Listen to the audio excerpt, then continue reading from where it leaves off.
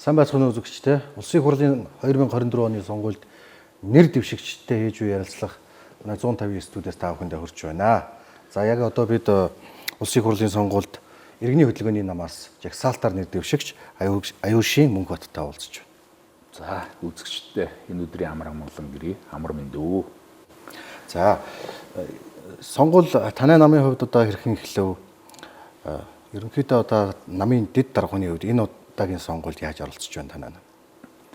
Манай нам сонгуулийн кампани 12-ноос эхэллээ. Тэгээ намын ээлжид иргэний их чуулганыг чуулуулж тэнд 3799 төлөөлөгч улс орны өнцөг бүлэн бүрээс ирж оролцлоо. Тэгэхээр хэдийгээр 10 сонгуулийн кампани эхэлсэн ч гэсэн бид нар бол 12-ны одоо өдрийн сайныг өнжин хүлээж өдөр гаргийнхаа бүх тохирог хийж 12-нд сонгуулийн кампани эхэллээ. За иргэний хөдөлгөөний намын хувьд үүсэл гарал ер нь одоо бий болсон түүхээс ярил. Энэ нам бол 2007 онд байгуулагдсан. Ер нь монголчууд сайн мэднэ. Иргэний хөдөлгөөний одоо зүтгэлтнүүдийн байнгын одоо хурамжуулж яадаг ийм нам болж ирсэн. Гэхдээ сүүлд одоо 2013 онд онлын хувьд, үзэл баримтлалын хувьд за дээр нь намыг хөдөлгөгч үндсэн одоо гол болсон хүчний хувьд 100% шинжлэгдэж дээд шүүхтэр аль биесний бүртгэлээ одоо шинжилэн хийлгэсний үндсэн дээр бид нар цоо шинээр зохион байгуулагдаад энэ удаагийн сонгуульд бол орж байна. Тэгэхээр өнөөдөр бол хэдийгээр цоо шинээр байгуулагдж зохион байгуулагдж байгаа ч гэсэн аль хэдийн бид нар бол үндэсний хэмжээний нам болсон байна. Тэгэхээр нийт сум, аймаг, дүүрэг хороодод, намын үүр хороодод бүгд байгуулагдаж өнөөдөр аль хэдийн 160 мянган гишүүн игнэндээ нэгтгсэн ийм үндэсний хэмжээний нам болж сонгуульд оролцож байна.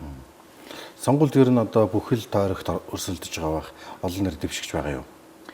Энэ сонгуул бол их хариуцлагатай ийм сонгуул байгаа. Тийм учраас үндэсний хэмжээний нам болж байгаа тэр олон гишүүдийг одоо игнэндээ нэгтгсэн намын хувьд хариуцлагатай оролцох ёстой.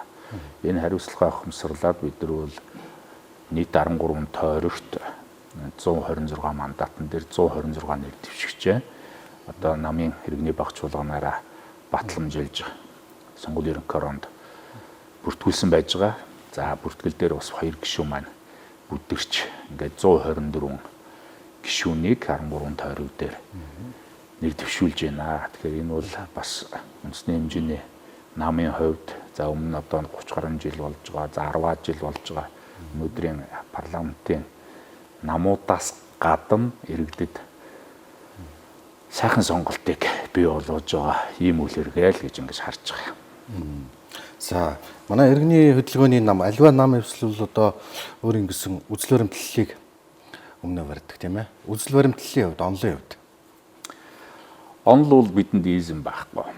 За тэгэхээр өнөөдрийн энэ 34 жилийг ерөнхийдөө дүгнэх юм бол Монгол хүнийг, Монгол төрийг, Монгол улсыг харийн онлоор авч явах гэж найсан цааш нь гудцсан, найсан цааш нь дүлхсэн тийм ээ.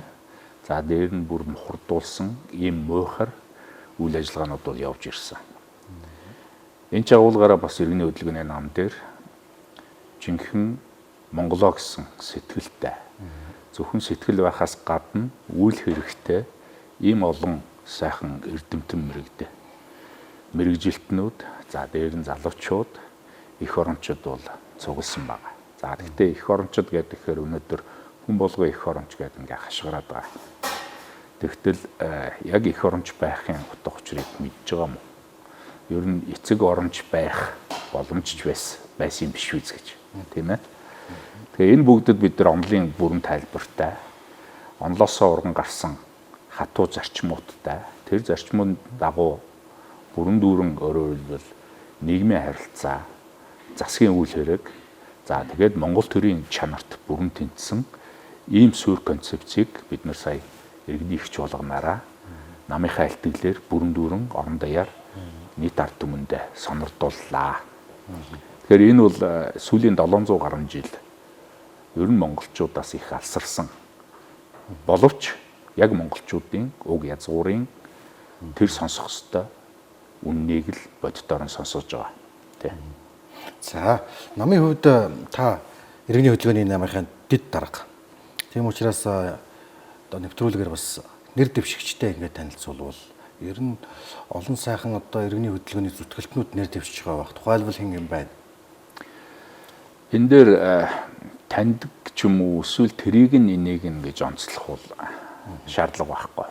Яг тэгэхээр энэ онолыг бүрэн дүүрэн засгийн үйл хэрэг болгоход хамтын хариуцлага хамгийн чухал. Тэгэхээр хамтын хариуцлага гэдэг өөрөө бүх зүйл дээр хэмтэй байх.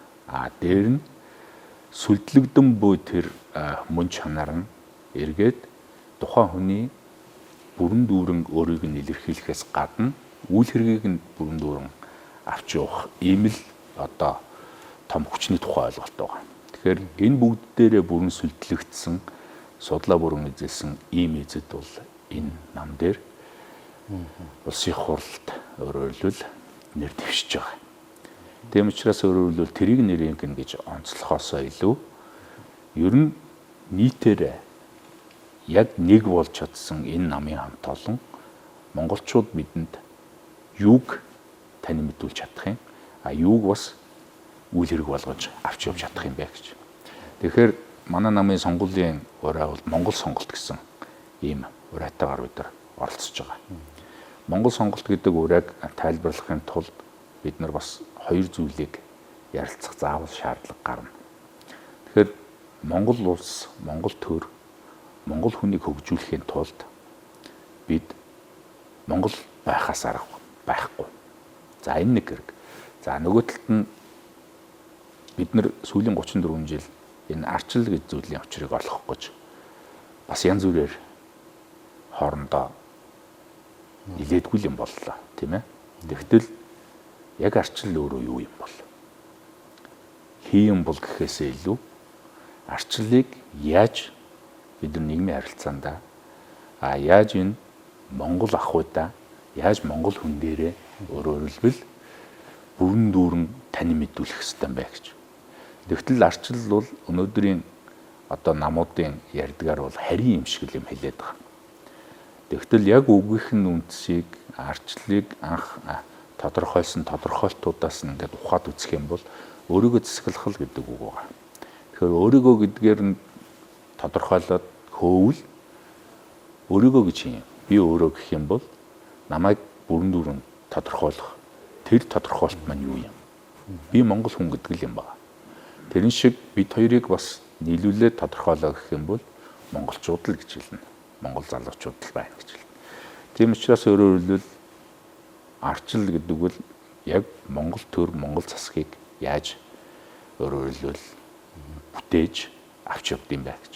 Тэгэхээр бидний одоо онолын гол одоо үзэл баримтлалыг бий болгосон Монголын улс төвчний тайлах алтан түлхүүр болсон алтан дээд гэрээ гэж энэ сайхан өртөөлж ирсэн онолын үндсэн суурь хүчиг баримт байгаа. Тэгэхээр энэ алтан дээд гэрээн дээр өөрөөр хэлбэл хөх монголчууд их монгол байхын 3 цагийн өөрөөр хэлбэл бүхий л нууцуудыг бидэнд ил болгож ингэж өгсөн байж байгаа.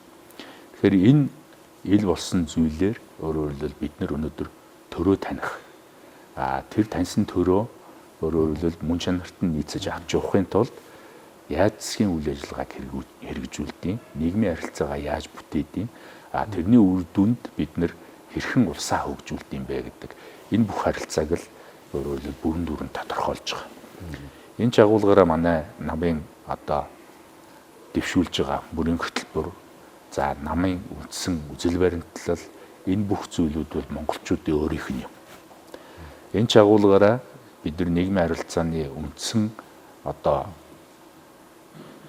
арга хвшлийг яг жинхэнэ сонгодог арчилсан нийгмийн харилцаа л гэж ингэж тодорхойлж байгаа. Ер нь бол төр Монголоос үүсэлтэй. Яг гэвэл монголчуудыг алтан дээд гэрээн дээр хөх нуруудууд хүмүүний угаал гэж хэлсэн. 40,000 гаруй жилийн өмнөөс эндээс их нүүдэл эхэлсэн.